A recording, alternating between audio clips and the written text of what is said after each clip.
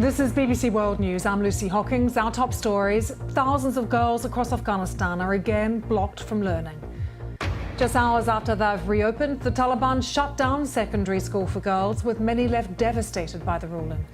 The ones that did come, they've now been left devastated by news that we've just received that apparently secondary schools for girls will not be reopening. I've seen girls crying. Satellite images show the smoking ruins in the besieged city of Mariupol. The Ukrainian government says 100,000 people remain with no food, water or medicine. And the women's world number one, Australia's Ash Barty, says she's hanging up her tennis racket at just 25 years old.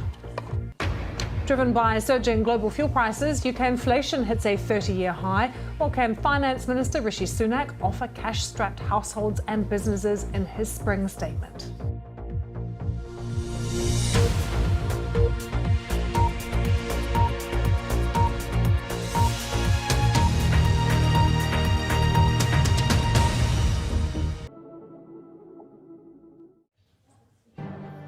A city turned to ashes. Russian forces intensify their bombardment of Mariupol. 100,000 people are trapped by the fighting.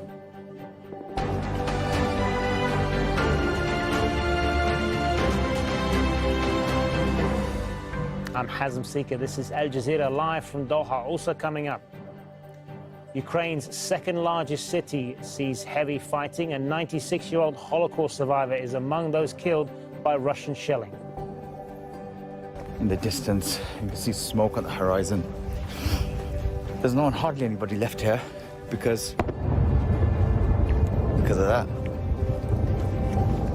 Widespread condemnation as prominent Kremlin critic Alexei Navalny's prison term is extended after a trial dismissed as a sham. And a shock announcement in the sports world. The number one ranked women's tennis player Ash Barty announces her retirement, aged just 25.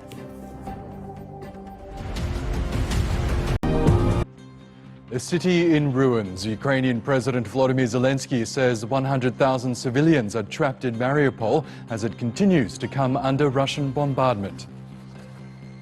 Hello and welcome to TRT World, live from Istanbul. I'm Oscar Surakti. Also ahead on the program, experts say Ukrainian forces have inflicted significant losses on Russia's larger and better armed military, slowing its advance on multiple fronts. A Kremlin spokesperson refuses to rule out the use of nuclear weapons if Russia faces an existential threat. And after staying away from their classrooms for months, thousands of girls are returning to secondary schools across Afghanistan. We'll be live in Kabul.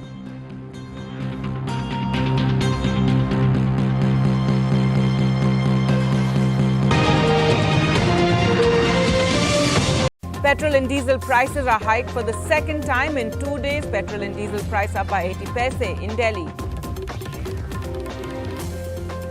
The centre has sought a report on the alleged political violence in Bengal's Birbhum, in which 8 people were killed. The BJP is sending a fact-finding team, while another war of words breaks out between the Bengal governor and chief minister.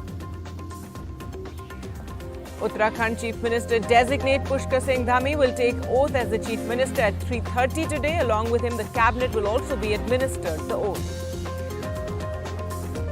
Maharashtra Chief Minister Uddhav Thakere's brother-in-law targeted by the Enforcement Directorate. The agency freezes 6.45 crore in his assets in a money laundering case.